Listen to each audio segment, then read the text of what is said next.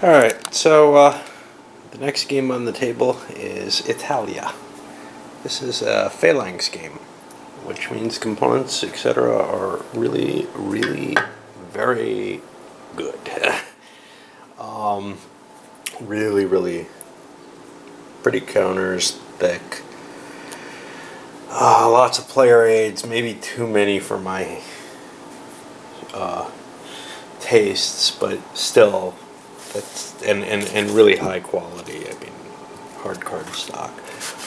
A score sheet, which most games in this series, family, whatever, have tended to say, oh yeah, you can photocopy that off the back of the rule book or just write it on paper, which works fine.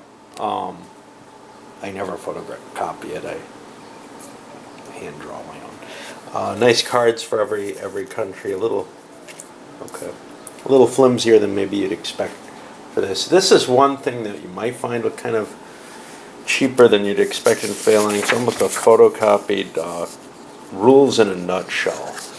I think these are very helpful because the rule book itself is this kind of full color example filled thing, and it takes a lot of words and space to explain concepts that largely you only need once in the game, but you might need to look something up, and this looks like a good format for that. And if something's not clear from there, you can always look back in the rules. This game actually is a dual game. It covers there's two separate scenarios. I'm playing the 3-player scenario, which is the earlier one, and let me give you a little bit of what the game family is like if you're not familiar with it. It's all based on a game called Britannia that came back out in the 80s by Avalon Hill. I think that actually was a reprint of another game a reprint of a game that the Avalon Hill picked up from England, because I understand there was a different counter set in the original game. And I think Britannia has been reprinted since then, actually, under another name, under another company. And very much the feel of the game is the same. You've got territories, you've got armies that sit in them. Don't worry about these right now. Don't worry about these right now. You get population. Yeah, it's very large scale, a time scale for the turns. You can move a space, basically, or more in some cases, but usually you get stopped by enemy forces. I think movement's either 2 or 3 spaces. I don't know. I haven't looked it up very carefully.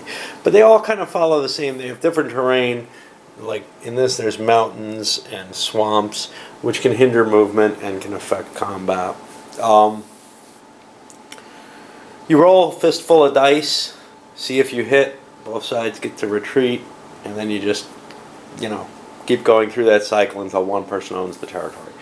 The big mechanism in these games is these cards, which explain how you get, whether there's any special rules in effect on you, but also how you get victory points on the victory point turns. There's specific turns, and I'm not sure what they are in this game. I have not looked at these cards very carefully. I'm going to play it from a first point of view, just to get a feel for it, etc., see how it flows out, and not really worry too much about strategy in it, because these games usually have things you have to know beforehand. You have to have played it beforehand to play it wisely the second time.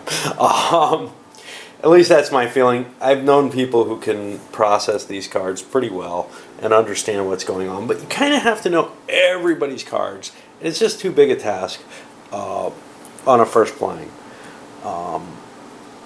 So I wouldn't be surprised if one side has an advantage that would be unnatural due to the way I'm playing it. They just have sort of this built-in edge, perhaps. So anyway, this is where really the flow of the game is there's certain things you want to own on certain turns. Otherwise, it's very much like a history of the world type game. And if you have those, you score points for them. You might score points for killing enemy units, etc. And the person with the most points at the end of the game wins. On each turn, territories you control produce population increments which get put on here, and then you can buy units from there. It's all very similar to Britannia. Here's the thing. This game is actually more derived from AWE's Hispania. And it's much, much more similar to that. Among other things, instead of 6-sided dice, it uses 10-siders. Every counter, this is kind of a nice aspect, every counter has the number it needs to hit other things with. Now, Hispania was more complex than this. They had little to hit charts to compare different weapon systems against each other, etc. This is closer in some ways to the Britannia system, but among other things, it has, some additions like cities, which can be flipped over and become ruins. Has this coin chart where you're actually buying different types of units. There are different types of units in the game. Now, Britannia had a few simple different types. This has a lot of different types of units. In this particular scenario, the Romans are probably the most varied. They have fleets, they have legions, and then they have consular legions, which are sort of elite legions, which means they can take 2 hits. That'll be kind of like knights in Hispania, and knights later in this game. They also have piles and piles of leaders. You can't buy them, but that just shows you who's going to control this game.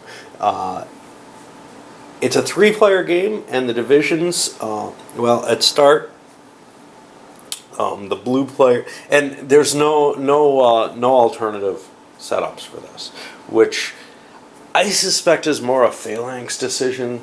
They didn't want to provide rules for a game that they couldn't provide the counter sets for. In Britannia and Hispania, there are rules to allow you to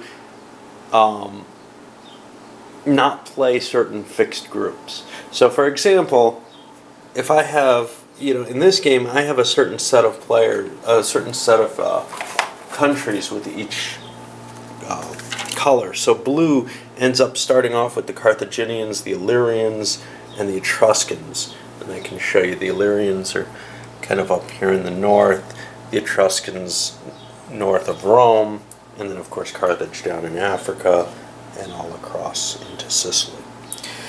And then later in the game, they're going to get additional. For some reason, I have a second Etruscan card. I don't know why. Optimates, who I think are going to be kind of a Roman revolt. On the last turn of this scenario is very weird. And then the Cimbri, who come in as raiders. Speaking of raiding, that's another rule that sort of has been modified from the Britannia rules. You walk in, you're raiding a city essentially, and you got to roll hits. If you get hits, you flip the city, you get victory points for that, and then you leave. But you can never hurt the armies there. This is different from how Britannia handles raiding, and I don't think Hispania has a raiding rule. If it does, it's very similar to the Britannia one. So anyway, as you see, the blue player has like 5 different countries. Yellow, I don't know how many they have. It looks like they get 3 additional as well. So they start out with the Samnites and Celts, and the Celts are of course way up there, and the Samnites down near Rome. But they're going to gain Numidians, Populares, who are going to, again, I think be a Roman faction. It sure looks like it. And Epirots, who are sort of Greeks, and I think that'll be the Pyrrhus faction of Greece. I'm not sure. I think that's where he was from. The Romans have 2. They have the Greeks, which appear to be the pre-Epirot Greeks. This is going to be Greece before they intervened and got to war with Rome, basically, or Greek city-states before. The Greeks weren't really very well organized, so, and they had the Romans, and that's it. And for the Romans, they have cards for the entire game, so they have 3 different sets of cards, or 3 different cards for their. Yeah, they got 2 more cards here for turns 6 through 8 and 9 through 10. And I'll work with them as I get them. But, you know, again, I'm going to be playing this just trying to get a feel for the game, and don't expect me to have a really good understanding of the strategy or anything, because these games do take a little bit of time. And then after I do this one, I don't know if I'm going to do it right away. I'll do the second one, and then I'll give a review of the overall as a whole. Okay.